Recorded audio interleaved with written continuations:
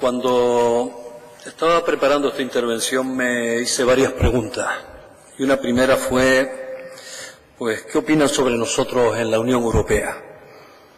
Y yo, leyendo prensa, pues no hizo falta ir a buscar mucho más, porque las opiniones de la Unión Europea se transforman en actos. Una amenaza de multa por incumplir con los planes hidrológicos de 2013-2015, por valor de 200 millones de euros, 750.000 euros por vertederos, y no he encontrado la cantidad, pero seguramente usted la sabe y nos lo puede decir después, por vertidos también. Pero multas de la Unión Europea. Esa es, digamos, la opinión que desde la Unión Europea se puede tener de nosotros, que es que somos unos incumplidores, que somos una gente que no acata ni es de alguna manera solícita con lo que tiene que hacer. Pero es que luego también me planteé otra, y era, ¿y qué información le estará trasladando el gobierno canario a las instituciones internacionales sobre este asunto?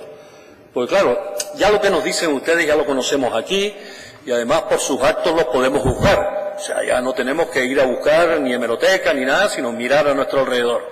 Pero claro, yo me preguntaba, ¿qué estarán diciendo sobre Canarias en cuestión de medio ambiente respecto a la Unión Europea? Y ahí, pues, me fui a una cosa que se llama Séptima Comunicación Nacional de España, Convención Marco de Naciones Unidas sobre el Cambio Climático, anexo diciembre de 2017, es decir, recientísimo, recién salido del horno.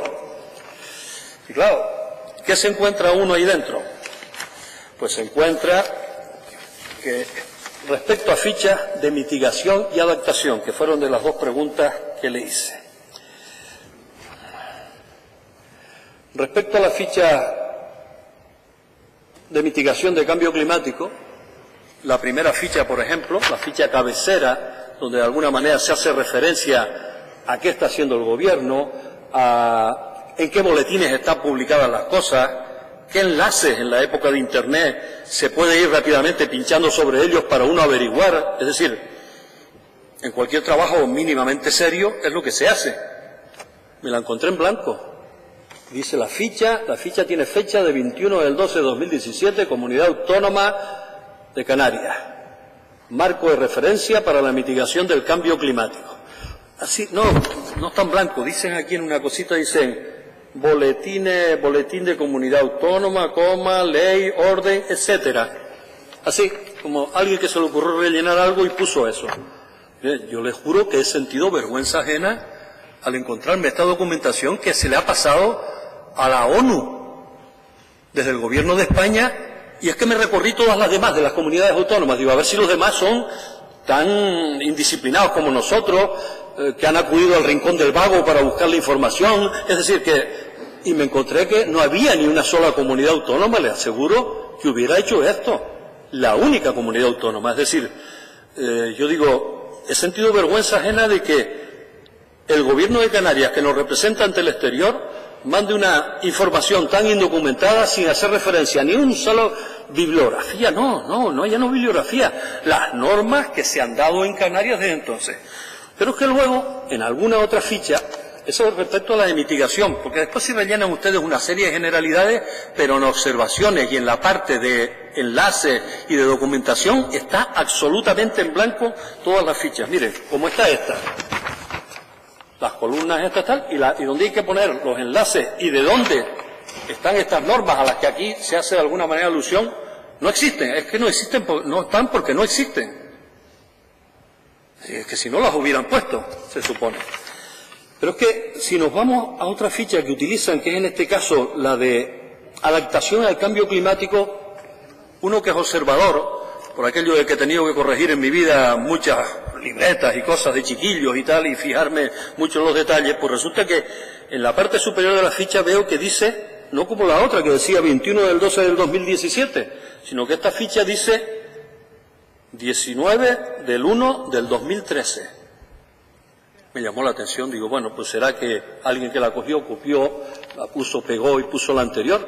Pero claro, es que dentro, a lo que hacen ustedes alusión es a la cuestión de cuando estaba don Faustino García Márquez, ponen ahí la cuestión de don Faustino, que eso quedó guardado en las gavetas del olvido, ¿no? Totalmente, y hacen alusión a un foro canario de no sé qué, cosa que yo en los últimos tiempos no he escuchado que eso funcione en ningún momento.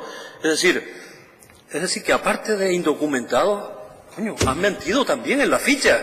O sea, yo creo que aquí hay unas responsabilidades de alguna manera sobre este asunto. Pero miren, como no quiero hacer más sangre de esto, me gustaría que después usted, cuando respondiera, de alguna manera me diera la satisfacción de que mi intervención ha sido equivocada respecto a ustedes y están haciendo cosas magníficas respecto al cambio climático, la verdad, porque me gustaría así.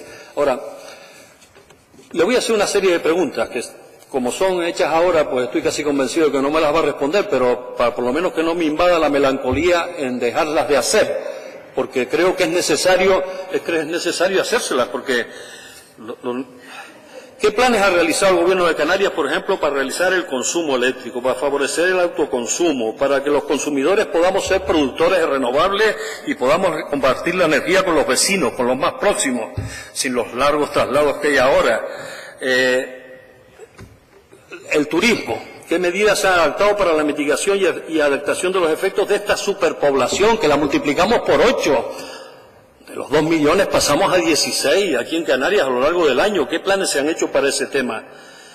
¿Cómo puede seguir confiando la población canaria en unos gestores del dinero público que renuncian a más de 300 millones de la ecotasa, que es la influencia que el turismo tiene sobre Canarias, que podría estarnos dando una serie de beneficios para eso? Es decir, no solo no son buenos gestores cobrando la ecotasa, sino que encima tenemos que estar pagando multas. Y yo digo, cuando dejamos de ingresar y cuando además de lo poco que tenemos, que es limitado, nos lo gastamos una parte del en pagar multas, ¿de dónde lo estamos sacando? ¿Qué está perdiendo aquí? ¿La educación? ¿La sanidad? ¿La dependencia? Porque las carreteras no veo que pierdan, ¿eh? Es decir, los servicios públicos esenciales sí creo que están perdiendo cuando estamos pagando multas, y ustedes son responsables de tener que estar invirtiendo este dinero del erario público en pagar cosas por su ineficacia. Mire, más preguntas todavía se me ocurrirían hacerles. Tengo muchísimas más, pero, por ejemplo,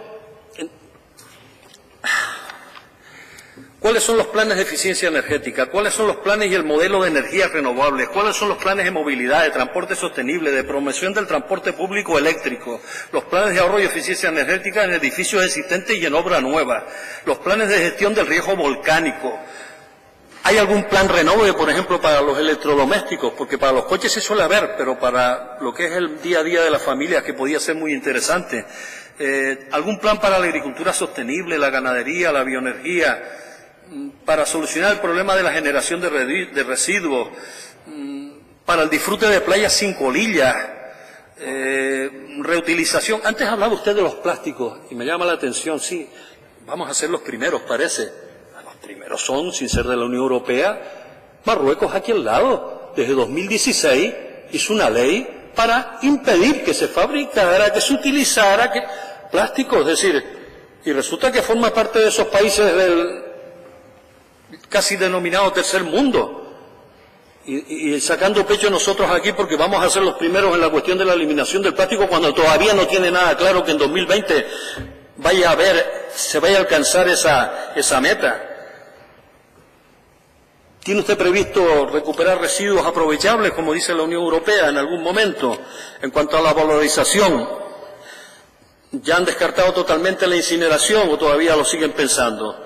¿Tienen planes para el compostaje, para el uso de residuos industriales, la desgasificación de vertederos, los procesos de biometanización, el aprovechamiento de aceites usados, la gestión de los lodos de las depuradoras?